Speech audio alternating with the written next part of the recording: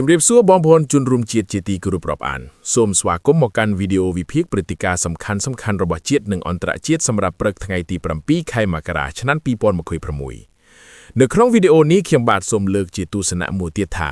បើថៃនៅតែបន្តធ្វើសង្គ្រាមឈ្លានពានលើកម្ពុជាជាពិសេសកងទ័ពថៃនៅតែធ្វើទង្វើលួចប្លន់គំរាមបំផ្លាញទ្រព្យសម្បត្តិប្រជាជនស៊ីវិល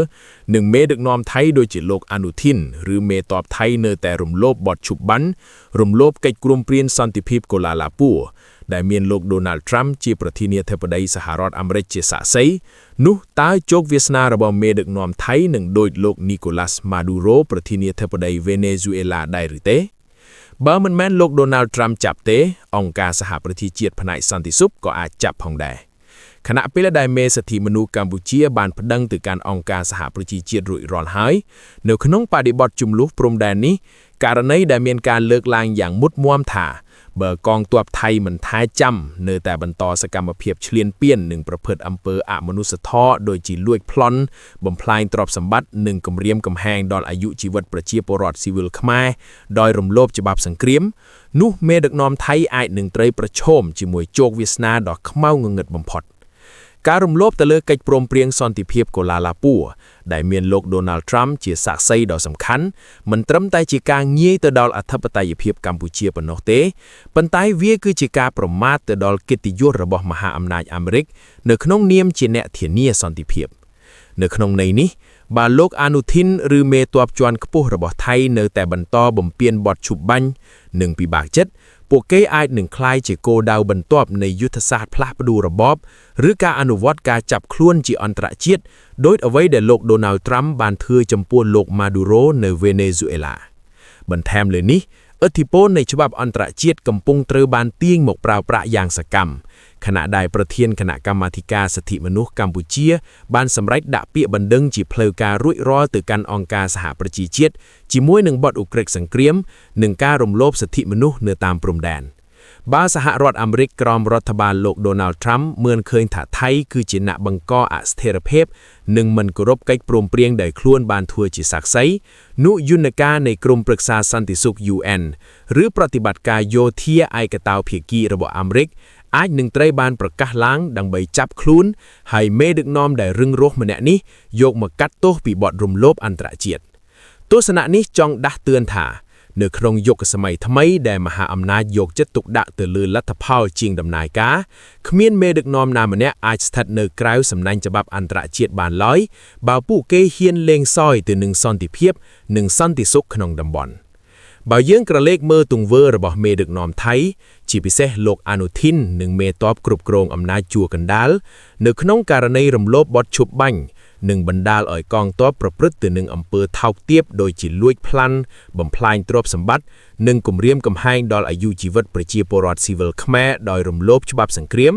នោះមេដឹកនាំថៃអាចនឹងត្រូវប្រឈមជាមួយជោគវាសនាដ៏ខ្មៅងងឹតបំផុតសកម្មភាពទាំងនេះមិនមែនជាការការពារអធិបតេយ្យភាពនោះទេប៉ុន្តែវាគឺជាអក្រិតកម្មសង្គ្រាមនិងការរំលោភបំពានសិទ្ធិមនុស្សយ៉ាងធ្ងន់ធ្ងរដែលប៉ះពាល់ទៅដល់សេចក្តីថ្លៃថ្នូររបស់មនុស្សសត្វទាំងមូលការដែលមេដឹកនាំថៃហ៊ានហែកកិច្ចព្រមព្រៀងសន្តិភាពកូឡាឡាពូចោលខណៈដែលមានលោក Donald Trump ជាសាក្សីនេះគឺជាការបង្ហាញនៃចរិតក្រអើតក្រទមដែលមើលស្រាលទៅដល់មហាអំណាចពិភពលោកនិងច្បាប់អន្តរជាតិចរិតបែបនេះហើយដែលនាំឲ្យមេដឹកនាំផ្ដាច់ការដូចជាលោក Maduro ត្រូវអស់គត់និងត្រូវជាប់ខ្នក់នៅក្នុងព្រាវមួយបញ្ហាត់ជាភ្នែកបើប្រៀបធៀបទៅនឹងករណី Venezuela ភាពស្រដៀងគ្នាដែលមេដឹកនាំថៃកំពុងតែដើរតាមមានចំណុចគួរឲ្យកត់សម្គាល់ដូចខាងក្រោមទី1គឺការបាត់បង់សីលធម៌និងភាពស្របច្បាប់ដូចគ្នាទៅនឹងលោក Maduro ដែលបានប្រើអំណាចបង្ក្រាបនិងធ្វើបាបប្រជាជនខ្លួនឯងមេដឹកនាំថៃរូបនេះកំពុងតែប្រើប្រាស់កងទ័ពដើម្បីធ្វើបាបប្រជាជនស៊ីវិលស្លូតត្រង់នៅតាមព្រំដែនទង្វើលួចប្លន់ទ្រព្យសម្បត្តិអ្នកក្រីក្រដែលគ្មានអាវុធនៅក្នុងដៃគឺជាទង្វើថោកទាបបំផុតដែលត្រូវតែដកអាជ្ញាសិលធម៌ចេញពីមេដឹកនាំថៃទាំងស្រុងទី2ការរំលោភទៅលើកិច្ចព្រមព្រៀងដែលមហាអំណាចធានាលោក Maduro ត្រូវបានចាប់ខ្លួនបន្ទាប់ពីអាមេរិកអស់ការអត់ចំពោះការកោះហែកនិងការបំពានច្បាប់ម្ដងហើយម្ដងទៀតសម្រាប់មេដឹកនាំថៃការរំលោភទៅលើហត្ថលេខារបស់ខ្លួននៅក្នុងកិច្ចព្រមព្រៀងដែលមានលោក Donald Trump ជាសាក្សីនេះគឺជាការដើរចូលទៅក្នុងអន្ទាក់របស់អាមេរិក បើលោក Donald Trump យល់ថាការបោកប្រាស់របស់ថៃធ្វើឲ្យខូចកិត្តិយសរបស់លោកនោះការចាប់ខ្លួនមេដឹកនាំពីបទបង្កអស្ថិរភាពក្នុងតំបន់ឬឧក្រិដ្ឋកម្មសង្គ្រាមអាចនឹងត្រូវចេញភ្លាមៗ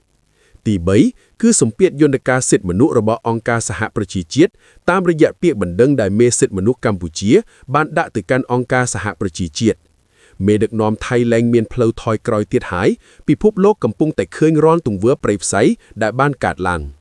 បើ UN រកឃើញថាមានការលួចប្លន់និងការបំពានសិទ្ធិមនុស្សជាប្រព័ន្ធនោះអគ្គលេខាធិការនិងក្រុមប្រឹក្សាសន្តិសុខ UN មានយុត្តិធម៌ពេញលេញនៅក្នុងការអនុម័តវិធានការដាច់អហិង្សាដែលអាចឈានទៅដល់ការដកហូរតម្រឹងឬការចាប់ខ្លួនមេដឹកនាំទាំងនោះមកកាត់ទោសនៅតុលាការព្រហ្មទណ្ឌអន្តរជាតិ ICC ដូច្នេះជោគវាសនារបស់មេដឹកនាំថៃនៅក្នុងពេលនេះកំពុងតែស្ថិតនៅលើចុងដង្ហើមនិងទង្វើដែលពួកគេយល់ថាជាការបង្ហាញសាច់ដុំយោធាពិតជាការជីរណ្ដៅកប់ខ្លួនឯងនៅក្នុងយុគសម័យដែលសិទ្ធិមនុស្សនិងមនុស្សសធម៌អន្តរជាតិត្រូវបានលើកកម្ពស់ខ្ពស់បំផុតគ្មានមេដឹកនាំណាដែលប្រព្រឹត្តអំពើថោកទាបបំផ្លាញជីវិតនិងទ្រព្យសម្បត្តិប្រជាជនស្លូតត្រង់ហើយអាចរស់នៅដោយសុខសាន្តនោះឡើយវាសនាដែលត្រូវជាប់ខ្នោះនឹងការបាត់បង់អំណាចទាំងអស់ដោយលោកម៉ាឌូរ៉ូកំពុងតែរងចាំមេដឹកនាំថៃបើពួកគេមិនបញ្ឈប់សកម្មភាពឈ្លានពាននិងការរំលោភអន្តរជាតិជាបន្ទាន់នោះទេបងអូនជនរួមជាតិជាទីគោរពរាប់អាននេះគឺជាបទវិភាគមួយដោយផ្ដោតទៅលើទស្សនៈទានខាងលើវាបានបញ្ចប់រួចស្រេចទៅហើយ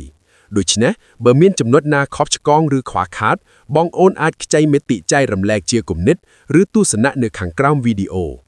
អរគុណបងប្អូនដែលចំណាយពេលវេលាទស្សនាវីដេអូនេះតាំងពីដើមរហូតដល់ចប់សូមខៀមទីអភ័យទោសរាល់កំហុសខុសឆ្គងដែលកើតឡើងដោយអចេតនាបើបងប្អូនយល់ថាវីដេអូនេះមានប្រយោជន៍កុំភ្លេចជួយរំលែកទៅកាន់បណ្ដាញសង្គមចុច Subscribe និងចង់ដឹងច្រើនទៀតដើម្បីទទួលបានព័ត៌មានព្រឹត្តិការណ៍ជាតិនិងអន្តរជាតិព្រមទាំងបទវិភាគសំខាន់ៗ